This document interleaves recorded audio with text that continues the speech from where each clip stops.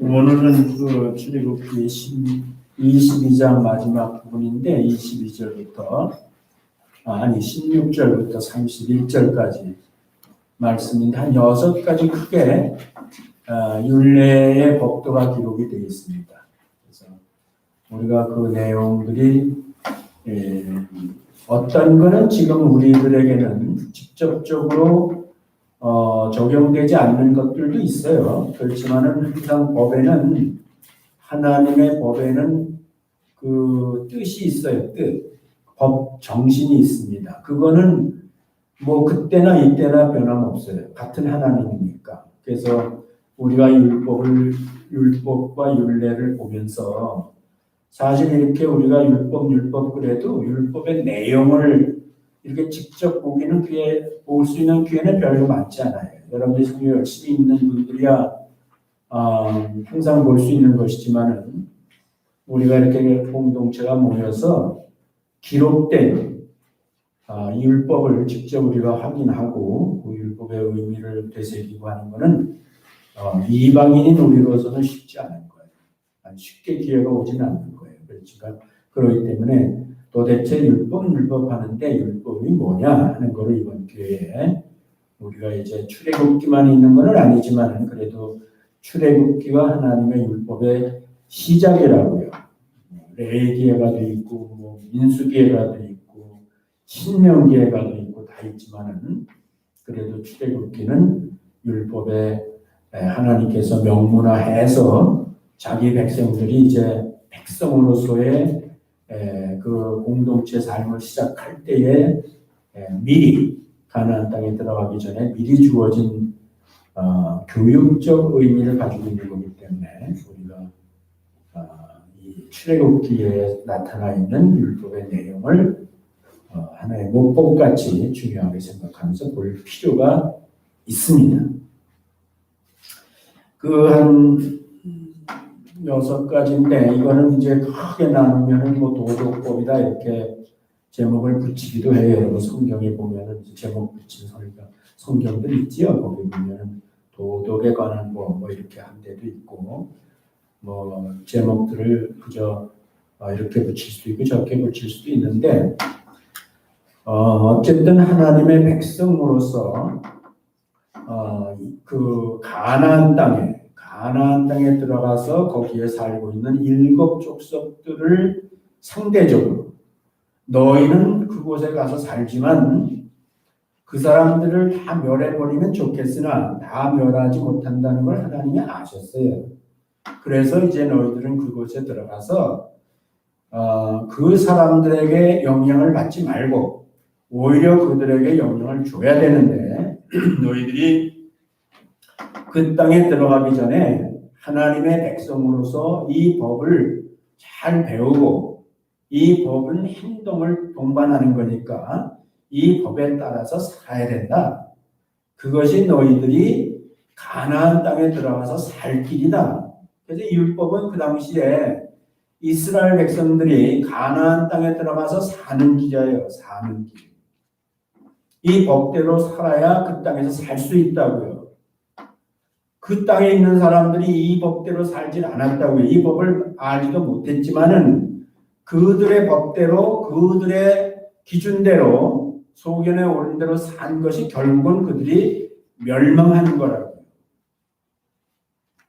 이스라엘 백성들을 위해서 가나안 족속들을 멸하는 게 아니에요. 여러분 그거 오해하면 안 돼요. 가나안 땅에 사는 사람들이 멸망받을 수밖에 없을 정도로 그 악한 족속이라고요. 그래서 그 땅에 사는 사람들이 성경대로 얘기하면 그 땅이 토해낸다 그랬어요. 견디지 못해서 너무 더러워서. 그래서 이스라엘 백성들을 그 안으로 그 땅에서 토해낸 그 땅으로 이스라엘 하나님께서 자기 백성을 보내는 건데 아니 그러면 원인이 거기에 있고 결과가 그렇게 되었는데 이스라엘 백성들이라고 해서 그 땅에 들어가서 토해냄을 받지 않는다는 법이 어디 있어요?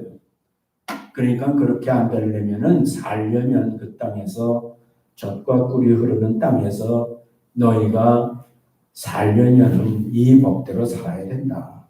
이 법대로 안 살고 그 사람들이 사는 대로 살다가는 너희도 토해낸다. 근데 뭐 우리는 신약까지 다 갖고 있는 사람들이니까 토해냈죠. 이스라엘 백성들도 들어가서 결국은 이 법대로 살지 못했지요. 그러다 보니까 그 땅이 토해냈어요. 토해버렸어요. 그래서 이스라엘 백성들이 멸망하고 포로로 잡혀가고 그 땅은 70년 동안이나 빈 땅으로 사람이 물론 아주 가난하고 빈약한 사람들이 있긴 있었어도 거의 성경대로 보면은 거기가 광야가 됐다 그랬잖아요. 황무지가 됐다 그랬잖아요. 그러니까 이거는 큰 교훈을 우리에게 주는 거예요. 오늘도 우리가 사실 뭐 어떤 지명을 가지고 있는 땅에 들어가 사는 건 아니라도 언젠가 얘기했죠. 우리 이 몸이 땅이라고. 이 몸 안에서 하나님이 나를 살게 하시는 거라고. 이게 어떻게 보면 하나님이 주신 땅이야. 내 영혼이 여기에서 사는 건데 내가 이 땅을 더럽히면 우리가 이 몸을 더럽히면 이 몸이 우리를 토해내요. 몸이 우리를 토해내는 게 뭐겠어요? 죽는 거라고요. 그러니까 우리가 좀 비약시켜서 얘기하는 거긴 하지만도 전혀 성경에 근거 없는 얘기가 아니에요. 네 몸이 거룩한 성전이라 했다고요. 하나님이 거하시는 곳이라 했단 말이에요. 그래서 우리가 이 말씀을 보면서 왜 가나안에 살던 일곱 족속이 그 땅에서 멸망해야 되나? 그거는 그 땅을 더럽혔으니까. 그럼 다시 말하면 죄악으로 완전히 땅을 물들게 했으니까. 하나님의 백성이 거기에 들어간 이유는 뭐냐면 그렇게 살지 말고 그 땅이 축복의 땅이 돼서 너희가 축복을 받으면서 살려고. 그렇게 살려면은 하나님의 법을 따라 살아야 된다. 그래서 이거는 하나님을 위해서 법을 따라 사는 게 아니에요. 우리가 뭐 하나님을 위해서 사는 거라고 생각하면 오해예요. 우리를 위해서 살려는 거예요. 여러분들을 위해서 또는 이스라엘 백성들을 위해서 이렇게 살아라 하고 하나님이 사랑하셔서 친절하게 명문화시켜서 그것도 듣고 잊어버리지 않도록 하기 위해서. 그래서 주신 말씀이지. 근데 실제로 이스라엘 백성들이 나라로 타락을 나중엔 하지만은 그 안에 들어간 사람들이 다 똑같지 않았잖아요. 어떤 사람들은 열심히 말씀을 따라 사는 사람들은 복을 받고 진짜 하나님의 법대로 하나님께서 약속하신 대로 그렇게 살았을 때는 복을 받고 그렇지 않은 사람은 일찍이 멸망하고 그게 계속해서 이제 써 있죠. 사사기부터 보면은 가나안 땅에 들어가서 여호수아에 의해서 들어가서 사사기부터 시작해서 멸망하기까지 보면은 많은 사람들이 등장한다. 그 등장하는 사람을 크게 둘로 나누죠. 말씀을 따라 산 사람과 말씀을 어기고 그 가나안의 풍속을 따라 산 사람. 어떤 차이가 있나? 그건 구원과 멸망이죠. 생명과 사망이죠. 간단해요. 그래서 우리가 이런 걸 볼 때에 너무 우리가 이 문자적인 데 빠져들어갈 필요는 없어요. 그 말씀이 아직도 성경에 기록되어 있으니까 우리에게 뭔가 유익하게 하시기 위해서 우리를 위해서 그것을 지금까지도 하나님께서 두신 것이니까 우리가 그 말씀을 잘 보고 율법이 뭔가를 잘 보고 그 율법의 참 뜻을 알아서 오늘 우리는 새로운 세상에 참 하나님의 백성으로서 살아야 되는데 그렇게 삶으로 우리는 이스라엘 백성들이 받은 복하고는 비교할 수 없는 하나님의 특별한 은총 가운데 살 수 있다는 사는 길이다. 사는 길. 이게 우리가 사는 길이라는 것을 알고 우리가 말씀에 좀 집중할 필요가 있는 거예요. 내가 본문 성경을 교독 안 하고 그냥 보면서 지나가려고 그러니까 먼저 16절, 17절 2절 읽어요. 시작. 사람이 정언하지 아니한 처녀를 꿰어 동침하였으면 빙패를 들여 아내로 삼을 것이요. 만일 그 아비가 그에게 주기를 거절하면 그는 처녀에게 빙패하는 일례로 돈을 낼지니라. 이거는 뭐 이스라엘 사람들 안에서는 별로 없는 일이에요. 이런 일들이 별로 없지만 가나안 땅에서는 이런 일이 비일비재한 거죠. 그래서 그 처녀들이 합법적인 결혼을 하기가 쉽지 않고 또 순결을 유지하고 결혼할 때까지 순결을 유지하는 것도 쉽지 않고 그 정욕대로 살다 보니까 그 땅에서 이런 일들이 이제 비일비재하는 거예요. 그래서 이스라엘 백성들은 그 안에 가서 살 때 지금도 광야에서도 마찬가지지만은 그렇게 문란한 하나님이 정한 남자와 여자를 창조하시고 저들이 서로 사랑함으로 연합이 돼서 그 사랑의 열매로 자녀를 생산하고 하나님의 형상을 따른 자녀들이 거룩한 자녀들이 땅에 충만하기를 바라는 것인데 그거를 정면으로 뒤집어 놓는 것들이 바로 이런 행위지요. 성적 문란이지. 질서를 파괴하는 거예요. 그래서 뭐 많은 부도덕한 일들이 세상에 많이 있지만요. 뭐 길게 이 부분을 얘기할 필요는 없는 것 같아요. 그래서 사람이 남자든 여자든 간에 사람의 그 도덕, 윤리의 최후의 보루라고 그러는데 그것만은 지켜야 되는 것이 있어요. 그것만은 자기가 지켜야 되는 것이 있는데 그게 성이에요, 성. 그래서 이 성을 지키지 못하면은 우리 로마서 공부했지 지난번에 지나왔죠. 로마서 1장에 보면은 남자가 남자로 더불어 여자가 여자로 더불어 부끄러운 일을 행할 정도까지 성적 타락이 이루어지게 되면은 그것은 곧 자기에게 죄를 짓는 거라 해서 자기에게.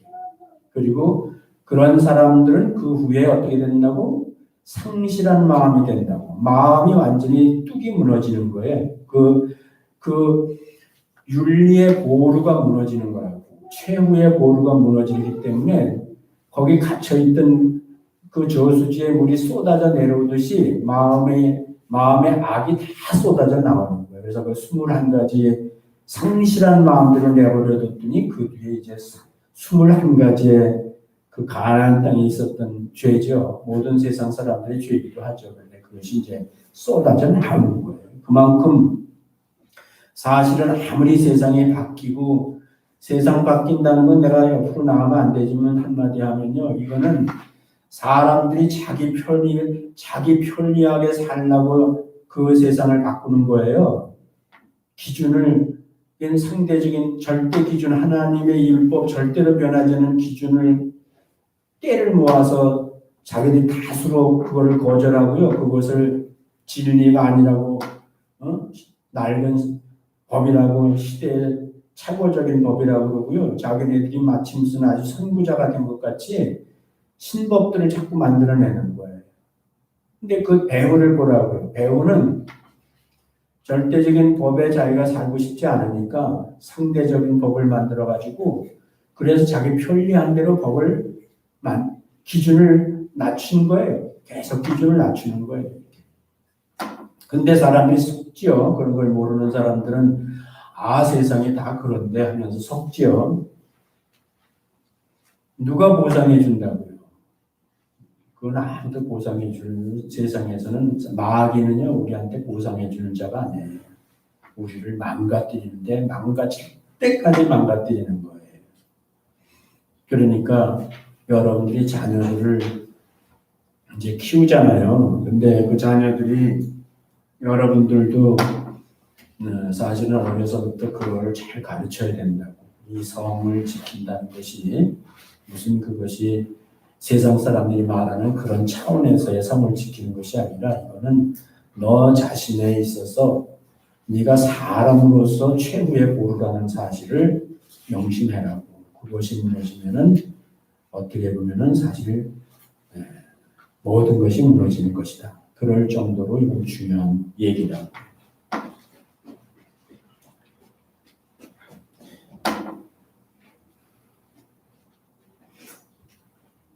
그래서 이제 여기는 벌금 얘기를 하고 있는데, 이게 벌금을 하지 않고 다 죽이면요 살아남을 사람이 없어요. 그러니까 이게 벌금 얘기하는 거예요. 근데 벌금만 내면 그만이다 이렇게 되는 게 아니에요, 이거는. 그래서 우리는 신약에 오면 내가 이제 이 율법 구약의 모세의 법하고 예수 그리스도 세계에서 우리가 이 율법이 어떻게 변화됐는지, 어떻게 우리에게 그 율법을 이해시키는지에 대해서 대조를 해서 보는 거거든요, 지금. 그래서 보면은 이 디모데전서 5장 2절에 보면은 늙은 여자부터 시작해서 늙은 여자를 어미에게 하듯 하며 젊은 여자를 일절 깨끗함으로 자매에게 하듯 하라. 그러니까 이거는 어떤 특정한 사람에게만 얘기한 게 아니고 예수 그리스도 안에서 거듭나서 하나님의 백성으로 사는 사람들은 이렇게 살아야 된다. 그러니까는 여기 이제 남자들한테 얘기한 것 같지만 여자들도 마찬가지예요. 그래서 결혼하기 전에는 다 자매에게 하듯 하고 형제에게 하듯 해서 일절 깨끗함이라는 말이 이제 포인트예요. 더럽히지 말라는 거예요. 깨끗함으로 자기의 순결을 지키면서 살아야 된다는 거예요.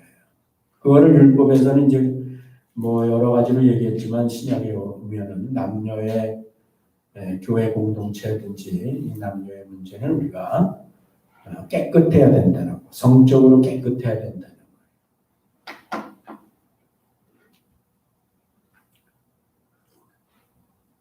그리고 이거는 자기를 위해서 그렇게 하는 거예요. 누구를 위해서 그렇게 하는 게 아니에요. 내가 범하면 그 상대에게 범하는 거라고 생각하지만 그게 아니에요. 나를 범하는 거예요. 이 남녀는 그런 거예요. 원래 이건 한 몸이기 때문에 성적인 죄는 상대에게 죄를 짓는 게 아니라 나 자신에게 죄를 짓는 것이고 더럽히는 거예요. 그래서 뭐라고요? 자기 자신이 상당한 보험을 그 자신이 받는다 그랬어요. 이건 살아있으면서 받는 보험이에요.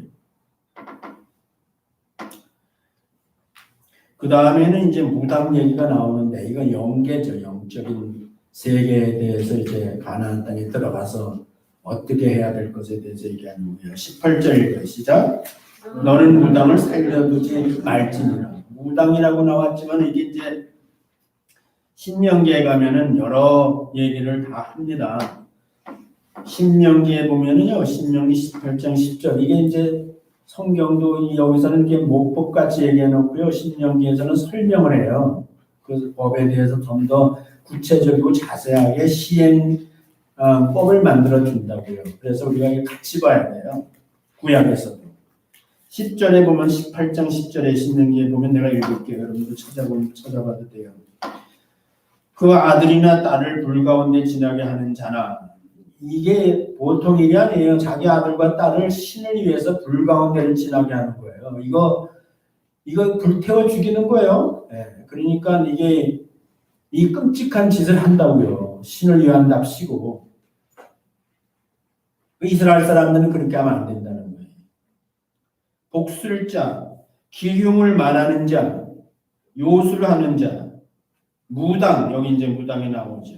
진언자, 신접자, 박수, 초혼, 죽은 영혼을 불러 올리는 걸 말하는 거예요. 사무엘서에 보면은 그 사울이 어떤 여자에게 사울이 그랬지, 사무엘을 불러오라 해서 그 초혼자가 있었어요. 그게 그때 사울 시대도 있었어요. 그런 자들이라고 해요. 이게 다 가나안 땅에서 하는 짓들이에요. 참 하나님을 모르고 이런 영적 세계가 문란하고 이런 것들을 통해서 영혼을 더럽히는 거예요. 사람을 속이고. 12절에 보면 무릇 이런 일을 행하는 자는 여호와께서 가증히 여기시나니 이런 가증한 일로 인하여 내 하나님 여호와께서 그들을 네 앞에서 쫓아내시느니라. 이게 뭐예요? 그들이 지금 그 가나안 땅에 살고 있는 자들을 말하는 거예요. 사도행전 16장 18절. 이건 신약에 와서 우리가 기도하는 곳에 가다가 저 많은 귀신 들린 여종 하나를 만나니 저물어 그 주인을 크게 이해하게 하는 자라. 바울과 우리를 쫓아와서 소리질러 가로되 이 사람들은 지극히 높은 하나님의 종으로 구원의 길을 너에게 전하는 자라 하며 이같이 여러 날을 하는지라. 바울이 심히 괴로워하여 돌이켜 그 귀신에게 이르되 예수 그리스도 이름으로 내가 네게 명하노니 거기에서 나오라 하니 귀신이 즉시 나온다. 그러니까 우리는 신약 시대에는 이런 걸 용납하면 안 되는 거예요. 하나님 한 분 외에는, 오늘날 우리는 예수 그리스도 한 분 외에는 다른 어떠한 것도 우리는 신으로 인정하거나 그런 것들을 의지하면 안 되는 거예요. 오전에는 교회 갔다가 오후에는 정치는 집에 가고 저녁에는 무당집에 간다는 말이 있어요. 한국에서 돌아다니는 말이에요. 그러면 안 되는 거죠. 그래서 이 가나안 땅에 살고 있는 사람들은 바로 이렇게 살고 있는 건데, 바울 사도 같은 경우도 지방의 이방 지역에 갔더니 이방 세계는 그때나 똑같은 거예요. 그래서 이 정치고 귀신 들린 이런 사람들이 쫓아다니면서 이것들이 더 잘 알죠. 그래가지고 바울을 따라다니면서 높은 사람이라고 하나님의 사람이라고 칭찬하고 바울 편에 서 있는 것 같으니까 이게 괴로워했단 말이에요. 저걸 어떻게 해야 되나 하다가 결심하고 어쨌든 저거는 쫓아내야 되는 거죠. 그래서 명했더니 귀신이 쫓겨났다고 그랬어요. 그러니까 이거 우리 예수 믿는 사람들은 오늘날 사실 예수 그리스도 한 분 외에는 다른 어떠한 것도 우리가 의지하면 안 되는 거예요. 옛날에 내가 예수 믿고 얼마 안 돼가지고 성령이 아주 충만할 때, 그때는 지금도 충만해요. 근데 그때는 이제 아주 젊은 혈기로 충만해요.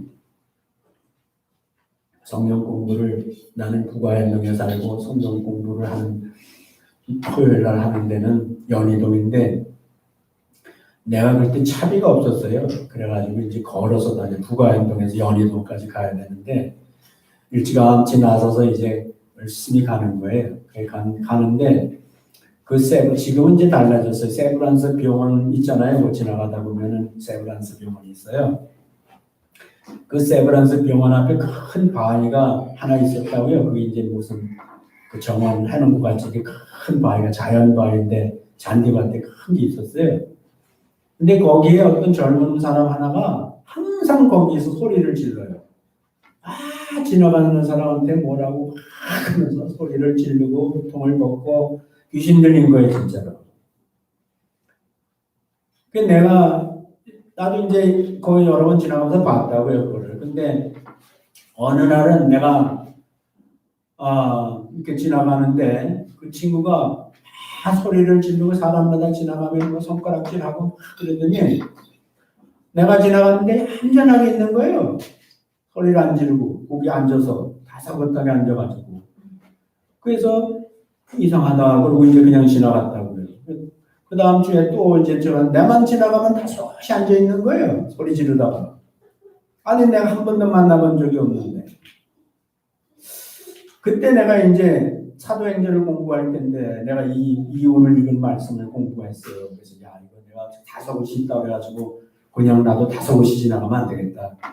그래서 그 다음 주에 가는데 그 친구가 바위에 앉아 있더라고. 그래서 내가 다가갔다고요. 전주밭으로 다가가가지고 일어나봐! 그랬어요. 그랬더니 벌떡 일어나더라고요. 그래가지고 내가 이제 이 사도행전에 나온 대로 했어요. 귀신아 나가라 하고. 그랬더니 이 친구가 휘덕 바위에서 뛰어내리더니 저 병원 쪽으로 뛰어들어가는 거예요. 그리고 다음부터 못 봤어요. 귀신이 나갔는지 지가 도망간 건지 잘 모르겠어요. 근데 하여튼 내가 그 생각이 이걸 보면서 나더라고. 그러니까 바울 사도가 이 여정을 여자 귀신 들린 자가 쫓아다니면서 바울을 해코지 하는 게 아니에요. 지금 바울을 오히려 더 높이는 거예요. 이렇게. 그러니까 그런 사람이 높으면 그 동네 사람들이 다 그 사람한테 매여있던 사람들이니까 유익한 거죠. 근데 바울이 그렇게 안 해요. 귀신은 안 돼요. 귀신하고 동역하면 안 돼요. 근데 사실 귀신하고 동역하는 사람들 많아요. 기독교에서. 우리가 귀신 쫓아낸다고 그러지만 사실 귀신하고 동역하는 사람들 많아요.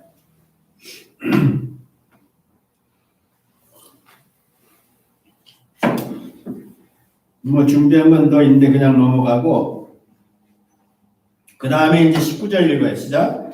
짐승과 행음하는 자는 반드시 죽일지니라. 이런 끔찍한 일이 있는 거예요. 그래서 가나안 땅에 있는 사람들은 뭐 어떤 기준이 없으니까 그냥 육체의 정욕을 따라서 행하고 눈에 보기에 좋은 대로 행하고 뭐 그러다 보니까 심지어는 짐승들하고 교접하고 짐승들하고 성행위를 하고 이런 일들이 있었다는 거예요. 그래서 너희는 들어가서 그렇게 하면 안 된다. 그런 것들은 물란한 것이나 동물 학대죠. 동물 학대에다가 그거는 사람으로서의 도리가 아니죠. 그래서 죽여라. 이런 것들은 다 쳐 죽여야 돼. 만약에 너희 가운데 들어가서 그런 것들을 본받아가지고 행하면은 그런 자는 끊치라. 이스라엘 백성으로서 자격이 없다는 거예요.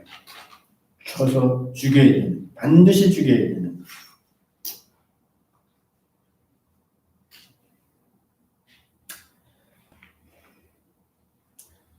레위기 18장이나 이런 데 보면은 좀 더 자세하게 나와 있어요. 남자든 여자든 어떻게 짐승들과 이렇게 이 문란한 짓을 하는지에 대해서 자세히 나와 있고, 그런 것들에 대해서는 너희가 철저하게 배격해야 되고 너희들이 그런 것들을 본받으면 안 된다는 거예요. 신약에 보면은 뭐 여러 얘기를 하죠. 이 얘기에 대해서는. 근데 에베소서 5장 11절 12절에 보면 추상적인 것 같지만 사실 이 안에 다 있는 거예요. 너희는 열매 없는 어둠의 일을 참여하지 말고, 이건 어둠의 일이라고. 그런데 함께 참여하지 말고 도리어 책망하라. 저의 은밀히 행하는 것들은 말하기도 부끄러웁니다. 이건 은밀한 죄라고. 은밀한 죄는 말에 담기도 부끄러운 거예요. 여기서 신약에서 그래서 그걸 구체적으로 말 안 해요. 신명기에서, 레위기에서는 구체적으로 얘기해요. 그런데 우리 예수 믿는 사람들은 이런 것들에 대해서 근처도 가지 말라는 거죠. 근처도 가지 말아야 돼. 그럴 수 있어요. 예수 믿는 사람들은, 이 사람들은 다 공허하고 기준도 없고 절대 기준도 없고 인생을 그냥 짧게 살다가 죽으면 끝난다고 생각하는 사람들이니까 무슨 짓인들 못하겠어요. 고린도전서 15장에 있는 대로 어차피 죽을 건데 무슨 짓인들 못하겠냐고. 사람으로서 쾌락을 즐길 수 있는 데까지 즐기는 게 더 현명하고 똑똑한 거지. 그런 철학도 있잖아요. 근데 우리는 그런 사람들 아니잖아요. 그 다음 20절에 읽어요. 시작. 여호와 외에 다른 신에게 희생을 드리는 자는 멸할지니라. 유일신 제사법이라고 그러는데 오직 하나님에게만 제사를 지내는 거지 다른 제사를 지내면 안 되는데, 이게 왜 그러냐면은 이방인의 제사법이라는 게 너무 끔찍해요. 아까 불 지나가는 것도 얘기했지만요. 이방인의 제사에서 꼭 빠지지 않는 게 뭔지 아세요? 사람 잡는 거예요. 사람 죽이는 거예요.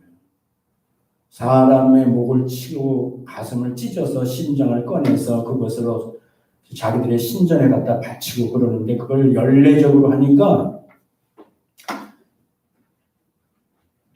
그게 누가 걸릴지 모른다니까. 누가 걸릴지 모르니까 사람이 다 죽음의 공포에 신에게 바쳐지는 제물로서의 공포를 가지고 살아야 되는 거예요. 그러니까 하나님의 제사는 뭐예요? 하나님의 제사는 사람 잡는 제사 아니죠. 짐승으로 제사를 지내게 돼 있거나 아니면 다른 걸로 제사를 지내게 돼 있으니까 가나안 땅 사람들하고는 완전히 다른 거죠.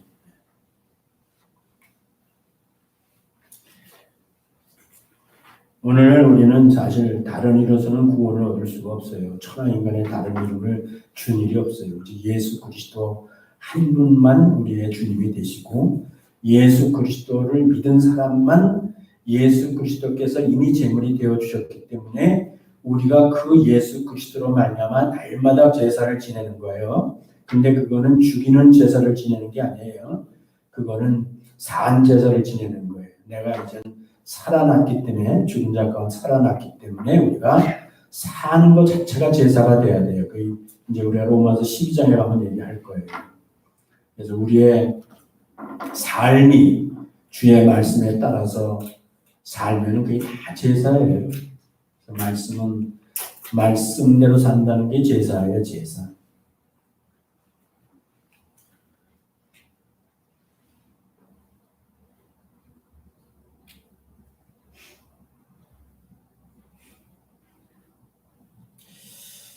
지나가고 그 다음에 21절부터 24절까지 읽어요. 시작.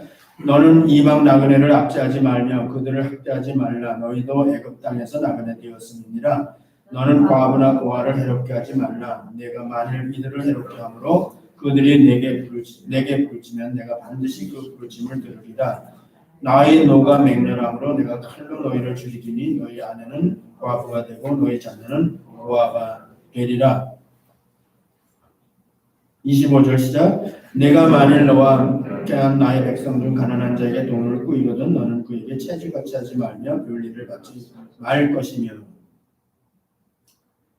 약자에 관한 법이라고 봐야 되겠죠. 살다 보면은 항상 가난한 자가 있고 또 불행을 당해서 홀로 된 사람도 있고 또 어려서 부모를 잃어서 고아가 된 사람도 있고 그 당시에는 많이 있었어요. 왜냐하면 전쟁이 너무 자주 있어가지고 남자들이 이제 전쟁에 다 끌려 나가다 보면은 그 남편이 전쟁에 와서 안 돌아온다고. 옛날에 우리나라 햇사람들, 고기 잡는 사람들 바다에 나가면 안 돌아와서 섬에는 과부들이 많잖아요. 고아도 많고.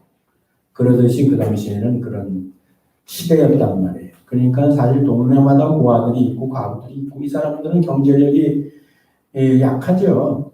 그러다 보면 그런 사람들을 이제 돌아봐야 되는 거예요. 돌아봐야 되는데 가나안 땅에서는 그들을 이용하는 거예요. 그 약자들을 지배하고 그 약자들을 끌어다가 일시키고 매매하고 이런 짓들을 하는 거예요. 근데 이제 이스라엘 사람들은 오히려 그 사람들을 위해서 그 사람들을 도와줘야 되는 거죠. 그 율법이 얼마나 훌륭합니까? 이렇게만 살아도 인간 사는 세상에 사실은 얼마나 살만한 세상이 되겠어요.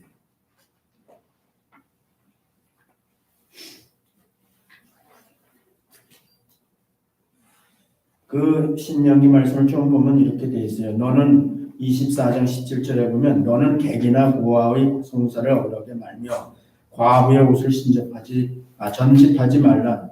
내가 내 감람나무를 떤 후에 그 가지를 다시 살피지 말고 그 남은 것은 객과 고아와 과부를 위하여 버려두며 내가 내 포도원의 포도를 딴 후에 그 남은 것은 다시 따지 말고 객과 고아와 과부를 위하여 버려두라. 그 당시에는 이제 구체적으로는 이런 것들이 이제 그 약자들이 생존할 수 있는 수단 중에 하나가 되니까 그런 것들에 대해서 너무 이렇게 알뜰하게 하지 말라. 알뜰하게 하는 게 좋은 게 아니라는 거예요. 좀 남이 볼 때는 취소했다더니 왜 저렇게 많은 걸 남겨놨냐 이렇게 할 정도로 이렇게 해야 되는 거죠. 지금도 세상에 보면은 너무 알뜰한 사람이 있어요. 우리 집에 요즘 포도가 다 이제 익어가지고 따먹고 몇 개 남겨놨는데 어저께 비바람이 불었더니 그 몇 개 남겨놓은 것 중에서 몇 송이가 그냥 땅에 떨어졌더라고. 근데 아직 멀쩡해. 주워서 먹을 수 있는데 내가 안 주웠어요. 왜냐면 거기 쥐도 있고 다람쥐도 있고 사슴도 오고 그거 기다리고 바람 불 때 좋아하는 것들이 많아요. 그런 거 떨어질 줄 알고 그다음 바람 불면 꼭 와요. 그것들이 먹으려고. 그러니까 무슨 얘기 내가 하는 거지만은 예를 들면 그렇다는 거예요. 너무 그냥 알뜰하게 그냥 하나도 내지 않고 곡식 다 거두고 그런 게 어떻게 보면 사람들끼리 볼 때 저 사람 진짜 아주 그냥 완벽하고 진짜 뭐 알뜰하고 뭐 아주 그냥 그런 칭찬받을지 모르겠지만 하나님 보실 때는요 너무 인색한 사람이 그렇게 하지 말라는 거예요. 나무 꼭대기에 몇 개 달린 것까지 따먹으려고 올라가다 사다리 타고 올라가다 떨어져서 허리 부러진다고 그냥 놔두라고 떨어지면 다른 것들 먹을 수 있습니다. 우리 시대에는 뭐 여러분들이 그런 게 아닐 수도 있어요. 근데 좀 우리가 여유를 가지고 살잔 말이에요. 너무 그냥 내 것만 챙기는 그러한 그 알뜰한 사람은 하나님이 그렇게 기분 좋게 생각 안 해요. 좀 베풀면 좋죠. 그래도 다 메꿔줘요. 여러분들이 몰라서 그렇지 정말 그냥 여러분이 사람 좋아서가 아니라 하나님의 말씀이 이렇구나. 이게 맞지. 내가 그렇게 해야 돼. 하고 여러분들이 만약에 베풀면요. 그게 나중에 가면 다 메꿔지게 돼 있고요. 메꿔질 정도가 아니에요. 그거는 진짜예요. 여러분들. 인색하게 살지 마시라고. 넉넉하게 사시라고.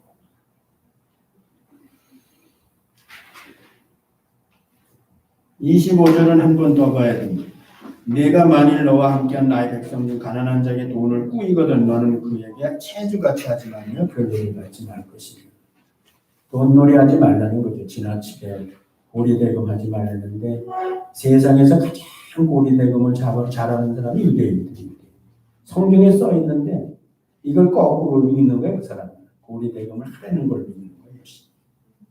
그러니까 형제지간에는 서로 부족할 때는 채우고 그거를 빛으로 여기지 말라는 거죠. 우리가 빛을 줄 수 있어요. 돈을 꿔줄 수도 있고 할 수 있어요. 근데 마음으로는 빚줬다 이렇게 생각하지 말고 그냥 도와줬다 이렇게 생각하고 도움 받은 사람은 내가 빚줬다 이렇게 생각하지 말고 내가 형제의 도움을 받았으니까 나도 또 저 형제나 또 다른 형제 자매가 어려울 때는 나도 나누겠다 하는 그런 마음을 가지고 살아야지. 그걸 꼭 빛으로 소여보면 그거 힘들어요.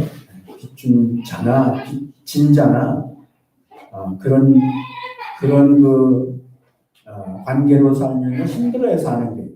그런 사람들 만나면 서로 그 좋은 교제가 쉽지 않아요. 이게. 죄진 것 같고 껄끄럽고 어색하고 그렇거든요. 근데 그렇게 하면 내가 옛날에 중국에서 왔을 때 아주 어려웠죠. 경제적으로 진짜 한 푼도 없이 살아야 되는데 중국에 2년 있다가 미국에 왔는데 어떤 형제가 전화를 해서 저 사우디아라비아에 선교사로 있는 사람인데 그 사람은 이제 섬유 장사를 하면서 선교사는 사람 전화를 했어요. 목사님 그 돈 필요하죠? 내 돈 좀 보내드리겠습니다. 그러더니 돈을 보내왔어요. 5,000불을 그냥 헌금이라고 목사님한테는 헌금이라고 보내요. 너무 감사한 거예요. 또 뭐 이런 얘기 저런 얘기 하다가 그때 내가 이제 애들 공부시키느라고 은행 빚을 좀 많이 지고 있었어요. 그래서 뭐 다른 건 다 괜찮은데 빚진 게 좀 있어서 은행 빚 때문에 힘들지 먹고 사는 거예요. 이래도 살고 저래도 살지 그랬더니 그 빚이 얼마예요? 왜? 말씀해 보세요. 그래서 한 2만 불 되지 그랬더니 기다리세요. 하더니 출시를 또 보내와서 2만 불. 근데 그 친구는 꿔줬다고 생각 안 하는 거예요. 그냥 사실 보내온 거예요. 근데 그 친구가 이제 나중에 사우디아라비아에서 어려워가지고 지금 한국 와서 살거든요. 근데 내가 이제 돈을 알뜰하게 정말 모아서 이렇게 해서 만날 때마다 태국 갈 때 이제 만나야 꼭 와요. 그러면 내가 이제 어떤 때는 1,000불도 주고 어떤 때는 2,000불도 주고 거의 갚았어요 이제 다. 그때 이 친구가 아는 거예요. 이 목사님이 어려운데도 나한테 돈을 주는 거니 그래서 주시나 보다. 그러니까 그 친구가 지난번 재작년이구나. 재작년에 내가 하여튼 이러저러 해가지고 거의 한 5,000불을 줬나 그랬어요. 500만 원이잖아요. 그래서 내가 설교하고 이제 교회마다 다니면서 설교하고 차례를 주는데 어떤 교회에서 많이 줬어요. 그래가지고 그거를 이제 봉투도 안 뜯고 얼마나 적어놨길래 그냥 갖다 줬어요. 그랬더니 너무 감격하는 거예요.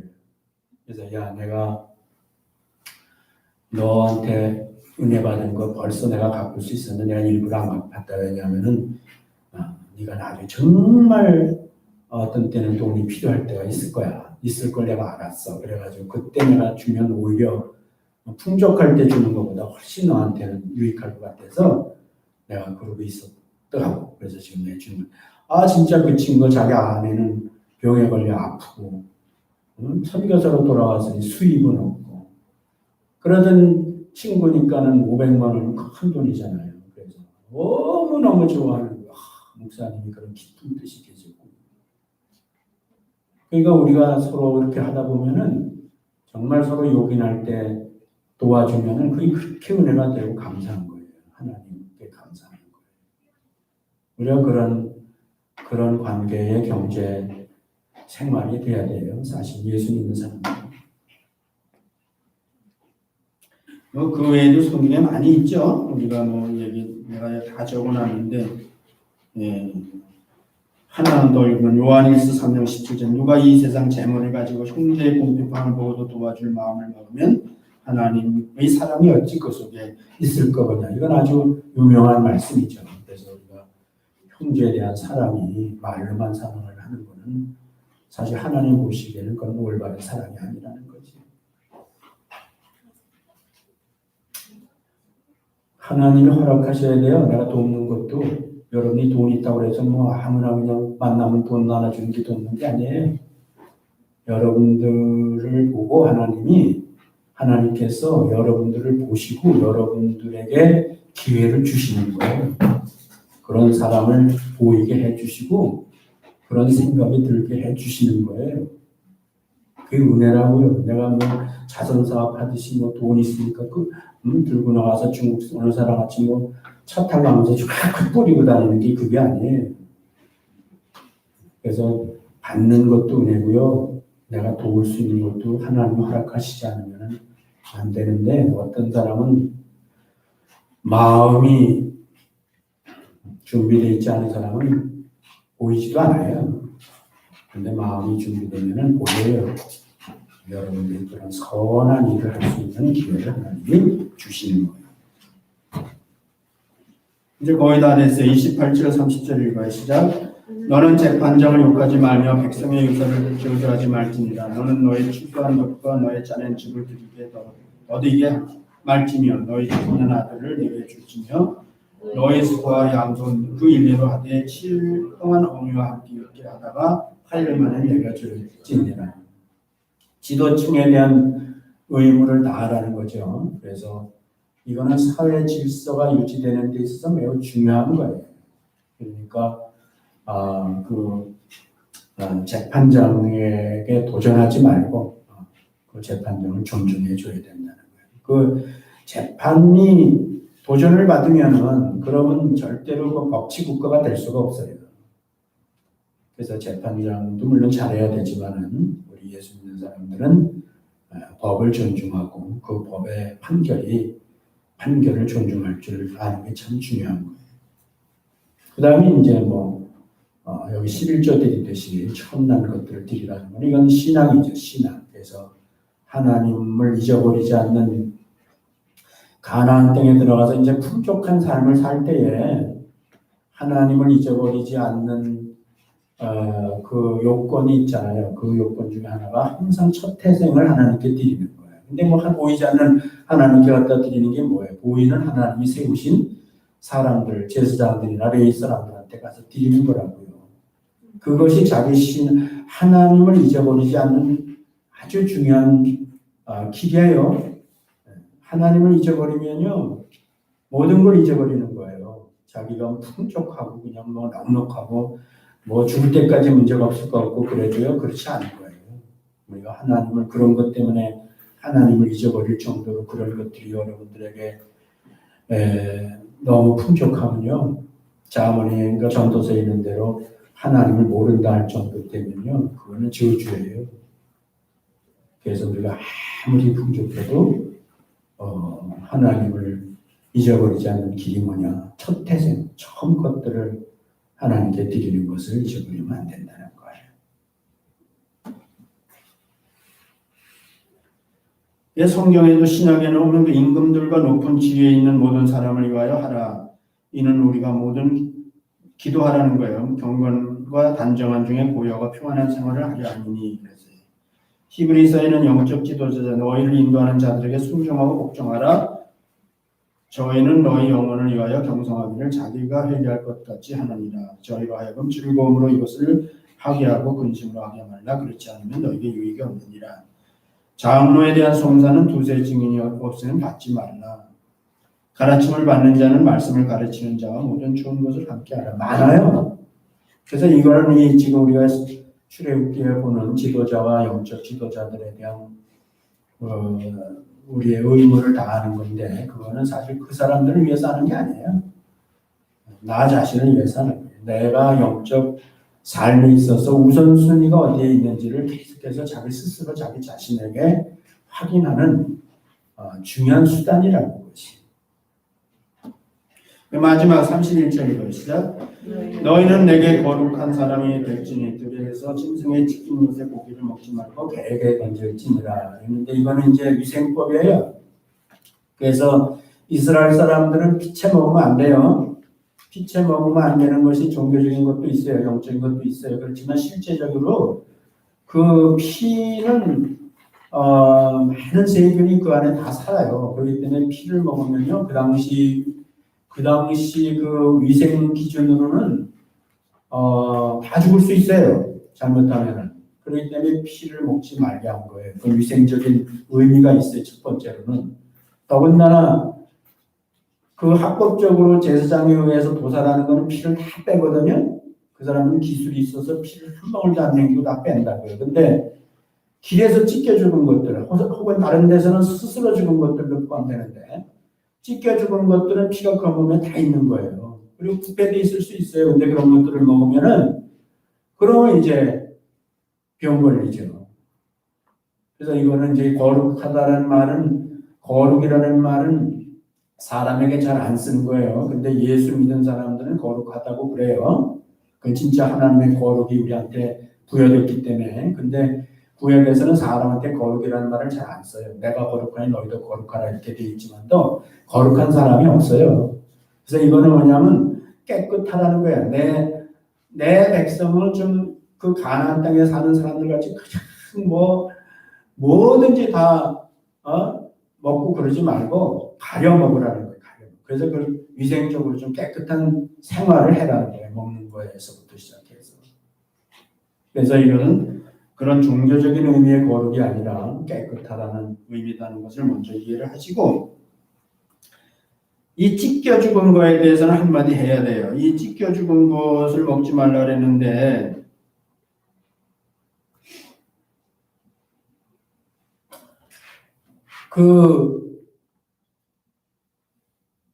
개에게 던져라. 개가 먹게 하라. 찢겨진 것은 너희는 먹지 말고 개에게 던져라. 이렇게 얘기했는데요. 이거는 복음이에요, 사실. 복음. 성경을 좀 많이 아시는 분들은 이 찢겨 죽은 건 개에게 던지라 이렇게 얘기했단 말이에요.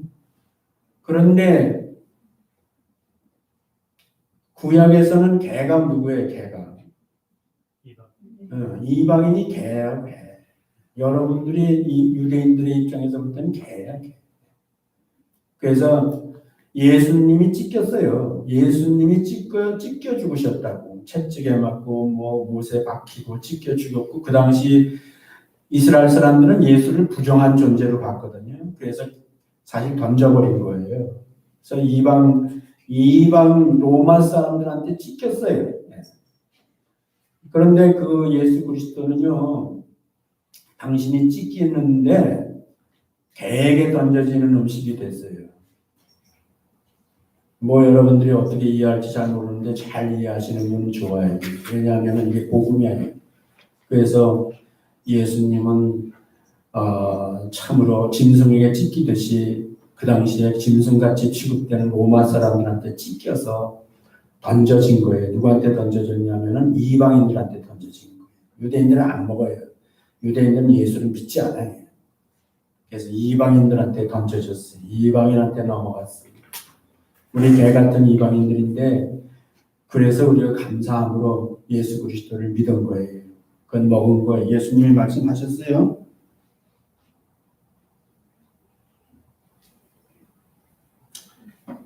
예수님이 요한복음에서 그랬잖아요. 내 살을 먹고 내 피를 마시는 자는 영생을 가졌고 마지막 날에 내가 이를 다시 살리리라 하시니 내 살은 참된 양식이요 내 피는 참된 음료로다. 내 살을 먹고 내 피를 마시는 자는 내 안에 거하고 나도 그 안에 거하느니라. 그래서 짐승에게 찢기듯이 찢기시고 개에게 던져지신 예수 그리스도의 그 살과 피는 오늘 개같이 취급되는 우리 이방인들이 그것을 믿으면 먹으면 그게 우리의 영생의 양식이 되는 거예요. 생명의 양식이 되는 거예요. 그게 사실 이 찢겨 죽은 것을 먹지 말라는 이 말씀은 이 율법은요. 에스겔서에서 그 얘기했어요. 그것이 그냥 문자적인 것이 아니라 거기는 영적인 의미가 있다는 것을 에스겔 선지자를 통해서 이미 얘기하셨고요. 예수님이 오셔서 그 모습이 되어 주신 거예요. 수르본에게 여인이 자기 딸을 위해서 예수님께 나와서 간구했더니 예수님이 말씀하시되 나는 자녀의 떡을 취해서 개에게 주지 않는다고. 그랬더니 그 여자가 개들도 주인의 상에서 떨어지는 것을 얻어먹고 삽니다. 그랬더니 예수님께서 정신이 번쩍 나셔가지고 그 여자를 고쳐주셨어요. 그 장면은 사실 오늘 이 말씀과 연결을 해봐야 되는 거예요. 그래서 오늘 우리는 많은 율법 얘기를 하고 왔지만 다 이거는 잊어버리지 말아야 될 것은 당시에 하나님을 모르는 이방 사람들, 오늘 세상 사람들이에요. 어떻게 사는지의 모습을 우리한테 보여주고 진짜 하나님의 백성이면은 저들 가운데 살지만은 저들을 본받지 말고 우리가 하나님을 본받고 예수 그리스도의 법을 따라서 우리가 살다 보면 지금은 사랑이죠. 사랑이에요. 거룩을 초월해서 사랑인데 그 사랑으로 살아야 되지. 이 불행하게도 이스라엘 많은 사람들은 율법이라는 거대한 나무에서 스스로 거룩의 열매를 맺어보려고 헤매다가 다 죽었어요. 예수님이 찾았는데 하나도 없었어요. 그 나무에서. 우리는요. 예수 그리스도라는 나무, 포도나무에서 그 가지에 붙어서 우리는 그 가지에 붙어 있으면 우리는요. 거룩이라는 열매를 맺는 게 아니에요. 우리는 사랑이라는 열매를 맺는 거예요. 그건 거룩을 초월하는 거예요. 그래서 우리는 예수 그리스도에 붙어 있어야 돼요. 그의 살과 피를 우리가 얻어먹고 생명을 얻었으니까 그 생명은 오직 예수 그리스도에게만 붙어 있어야 사랑의 열매를 맺으면 그거는 거룩하고는 비교 안 되는 그런 초월적인 하나님이 기뻐하시는 참된 열매를 우리가 맺을 수 있다는 것을 기억하시고 율법을 오해하지 마시기 바랍니다. 기도하겠습니다.